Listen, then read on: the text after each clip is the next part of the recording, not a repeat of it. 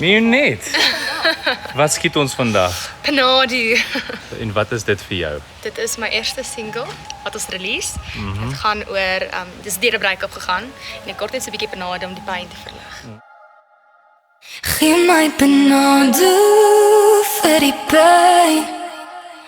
My hart vol getrap deur 'n weggotrein, soos my kop vol na te veel rooi wyn. Is jy gereed om te begin? Ja. Very excited, take one, scene one.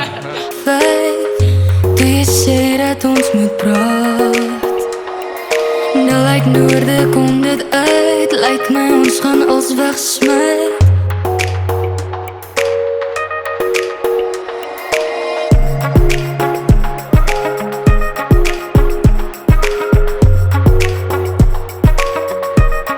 Hoe lank werk julle al aan hierdie dans?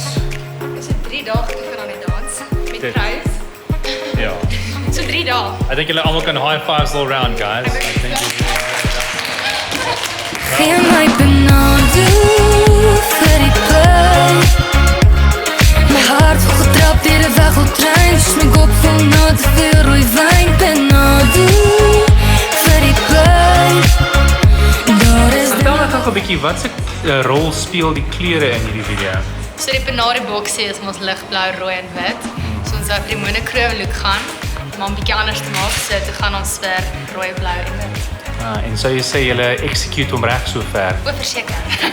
Nee, dit lyk awesome. En sien jy al uit na die eindproduk? So baie. Ek kan nie wag nie. laat verdwyn, so gee panade vir die pyn. So Mionet, Stefan. jy is nog ons ondersteuning of 'n ondersteuner van die mode. Ja. Het jy enige gunsteling designers of mense van wie se ontwerpe jy hou in die mode-industrie?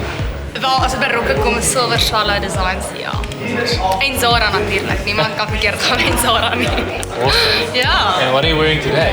Zara? Well, well, there you go. Ja.